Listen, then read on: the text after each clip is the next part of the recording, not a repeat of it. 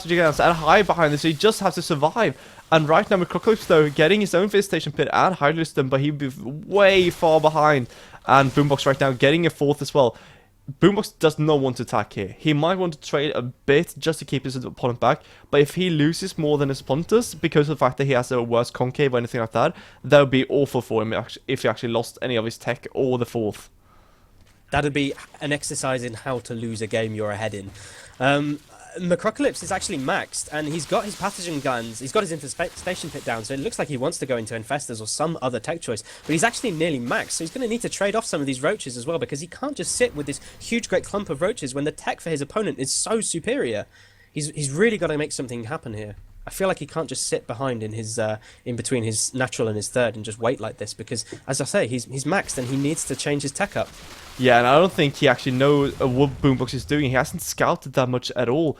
Only one overlord seeing that there's a third, of course. But here comes Boombox, though. He wants to go for the engage here. And look at that. So much carnage. There's the GG. What a fantastic concave taken there by Boombox. What a fantastic concave, enabling all those roaches and hydras to fire, while the army for Macropolis was just kind of like bunched up behind, not able to fire. Those roaches do have that short range, so it's all about the concave. Yeah, absolutely. And that game was actually so interesting because of the fact that here you see the difference between actually when you dare to take the tech and not. Because we saw that Macrocalypse, he played it very well. I mean, he played just as well as Boombox, and he did have the more roaches. He could have actually killed Boombox almost if he did go for that. If he went for the Roach Warren, if he killed the Evo Chambers, no more upgrades for Boombox. It's going to be 2-2 against 1-1. He just gets more roaches while he has to rebuild the Roach Warren, and then it's going to be GG. Yeah, I mean, a fantastic exercise in demonstrating how to macro your way through a ZVZ when you're opting for that Roach Hydralist composition. And as you say, he had his fourth up. You referenced this, he had his fourth up, he had his infestation pit down, he was ready to make that switch into infestors after that engagement. I mean, I honestly wasn't sure whether, I mean, to all intents and purposes, he might have just thought, hey, I just want to trade this army off and then I'll make a better army and that'll crush him, but actually he ended up finishing him off with that first push. Yeah, absolutely, and that's the thing. That's the thing, though. I mean, Boombox actually went full teching behind this, and that is so important because, as you said, I mean, Macrocalypse didn't tech, and that means that now he's stuck on just pure Roach, and of course he did tech right in the end, but he was way too defensive. Yeah, I mean, they're on that lower tech with just the mass Roach up against Roach Hydralisk, and he's there just kind of like posturing inside of his own base. He really needed to make something happen with those roaches because it's just bloating his supply, and he definitely needed to have teched up and taken a switch into something that would have been a bit more cost efficient for him, because he lost the tech war in that game. He definitely did. Yeah, absolutely, and right now we are looking to get the next game here. It's still going to be Boombox, and by the way, it's 3-1 right now for Poison Hearts because it was one of walkover because of one player had to go. So right now it's 3-1, and there's 2 players left for zeus5. So we're going to see who will play for them. We do have quite a few people here who haven't played yet. Shadow, Golden Sands, Notable, Miluk haven't played yet. So we're going to see if anyone of those are going to play. And Notable is going to play. Looks like it's going to be Notable. Oh, hey. Puns. I have obviously not seen any of these players yet in action, so it's been really interesting looking at some of the Poison Hearts players stepping out and putting on some good results, and of course being introduced to the players from Zeus5 as well. A fantastic clan war we've got on our hands here. Yeah, absolutely, and Notable, his strongest matchup is actually versus Zerg, where he has 55%. So that might be why he's being picked right now. Maybe a savvy choice there from Zeus5. We'll wait and see which map is going to be picked. Let's see. But we'll be going ahead and getting straight into this game for you guys. I think there's not going to be much of a break. We're just going to go on and straight do it. Yeah, I think so. And by the way, while we're waiting for the next game to start, of course, if you haven't already, please do follow us on Twitter, Facebook, YouTube, and on Twitch as well. Of course, if you're watching right now and you haven't followed our Twitch, please do, because it helps out so much. Right now we have, I think it's 7 followers from 200, so please do help us hit that magical 200 so we can get to our next goal, of course.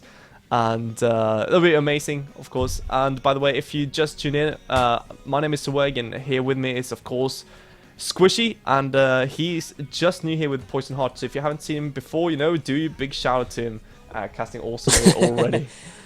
Yeah, thanks, Zurich. I'm really enjoying this as well. Of course, as you say, Squishy.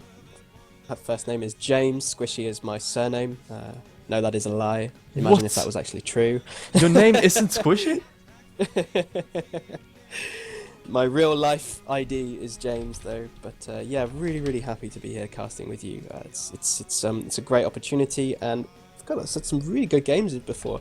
I'm looking forward to a few more good ones, but those last CVZs were really interesting. Quite different games, wouldn't you say, as well?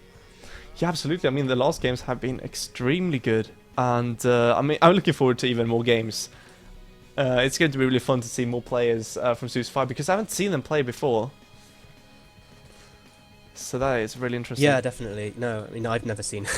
I haven't seen Poison Hearts play before, so it's all good to be able to see these players play. So this is, of course, it's the B team lineup for Poison Hearts. Is that correct? Well, it was supposed to, but mainly it's more like just people coming in and playing, basically. Okay, fine. Poison Hearts demonstrating the depth of that roster there, saying, "Oh, we'll just get whoever, we can win. We just send out whoever wants to be." It was more like, because it was a B team. They thought more like because I don't think everyone from the B team was, but I think everyone was playing basically now, except for Boombox is from B team. I think. Yeah. I have to see if I can get a game or two in the future. We'll see about that. I think I'll need to practice my Terran a little bit more, maybe. But before I'm ready. Certainly don't think I could manage casting and playing at the same time. That would be terrifying. I tried. It doesn't really work. It's extremely hard. Yeah, mad respect for those streamers that are sitting up there in the top of GM and are actually able to stream and commentate their own games and win those games while they're playing them. It's a huge skill to have, and it's quite impressive now that you're actually on the other side of it and you're experiencing casting. You're considering someone that's playing and commentating on what they're doing. It's really impressive. Yeah, hats off absolutely. to you guys. It's really hard. We have one in the clan who actually does that from time to time. He's rank 1 Masters right now, I think. Yeah. Oh, fantastic. So again, he's going to be going up against really tough opponents, and he's going to have to divert so much of his concentration onto actually playing the best that he can, and all at the same time providing valuable commentary to the rest of his stream. The two GMs that come to mind are obviously quite famous players. They are EG's The Muslim and Idra. Obviously, yeah, Idra absolutely. no longer with EG, but both of them provide very high level commentary. So check out their streams if you ever feel the chance, if you haven't already. They are two of the most followed streams on Twitch. Idra, I don't recognize especially that for name. SC2. Yeah, I think I've heard of that guy before. Is he? Yeah, that guy. Yeah, really impressive the way they're able to do that. Yeah, absolutely, and yeah, it's extremely hard actually. I've tried in lower low masters, but it's actually really hard. Like you can talk about it, but it gets more like this. Okay, getting hydros, and then like 10 minutes of silence, and I won now. Or like you start out nice, and then you just forget about it basically. By the way, you have to accept the pending invites. Oh, I beg your pardon. No, it's cool. It's cool. It's just outside of the client there. I'm going in now. Brilliant. Walking in through the swivel doors into the lobby, and we're ready to go. Yes, and Boombox right now wondering if he can change race. And anyhow, Of course, he has been playing random, so it looks like if he wants to change race, we'll have to wait and see. Indeed. We're going to see. Anyhow, let's see. Number just says go. Anyhow, we should be getting into game fairly soon. By the way, for everyone who's watching and just tune in, this is a PH Academy team versus zeus5. Just friendly clan war here, no ESL, that kind of stuff. The map is the ladder maps, and I'm Swego here with me is Squishy, and we're casting for Poison TV. If you haven't followed us already, please do follow us here on Twitch. Helps so much. And we're looking towards getting that 200. We are 4 right now from 200. We are 196 at the moment. So, please help us out here. And we're going to give you as much content as possible.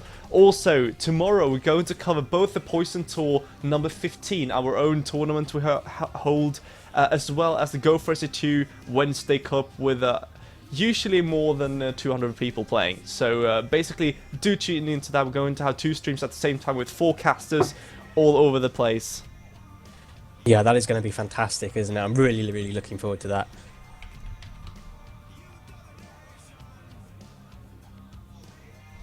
Absolutely. Yeah, so it looks like Boombox asking if he's able to change race here in the chat.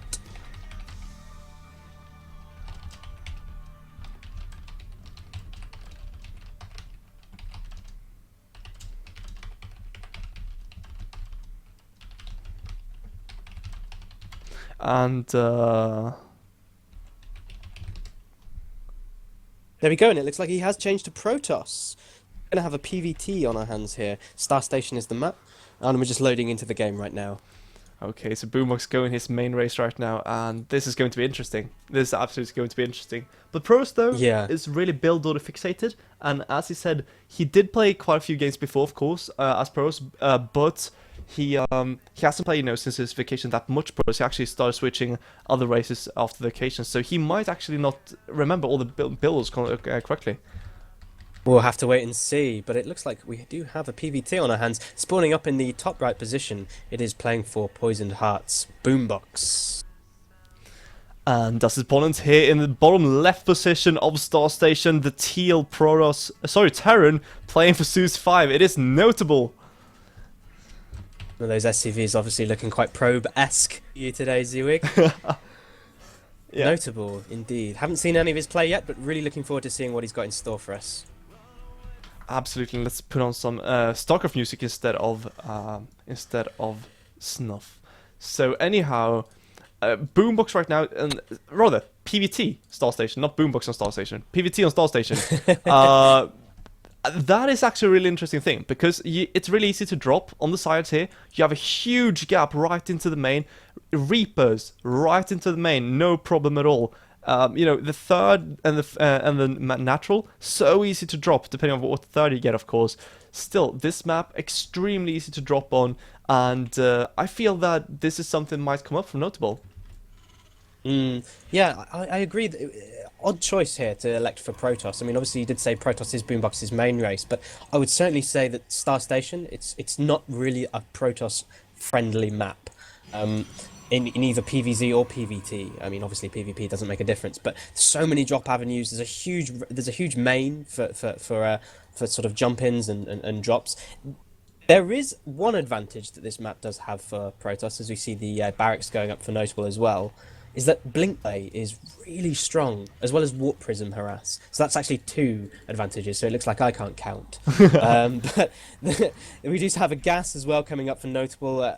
We'll have to wait and see what kind of follow-up this could be. It could be just for a Reaper for scouting going into bio, but again, could still be factory play. We'll have to wait and see. Yeah, it does though look like he should be going for Reaper, I guess, at least, because of the fact that he did get the barracks off before the refiring. But of course, sometimes you actually skip that, as you say, and go right for the factory, and that would be a really cool play from Notable. And Boombox, though, he's getting up to Cybercore, going for the 1-gate expand, and I think he hasn't added the second gas yet, so I think he just might go for the expand without adding on the gas. Yeah, the 1-gate FE looks like it's going to be coming up here there from Boombox. Very popular build, popularised in HOTS by Rain as well, of course. The most standard Protoss you can get. Oh. So reactor coming down on the barracks as well for Notable. So it looks like the timing on the refinery was somewhat later than it was for Reaper play. I did miss that. So it's probably likely had been a 14 or 15 gas going straight into that CC as well. So very macro focused, but getting that reactor allows him to churn out a lot of Marines. Yeah, absolutely, and he is getting constant off this, so he's going for basically just going to be able to pump out those Marines,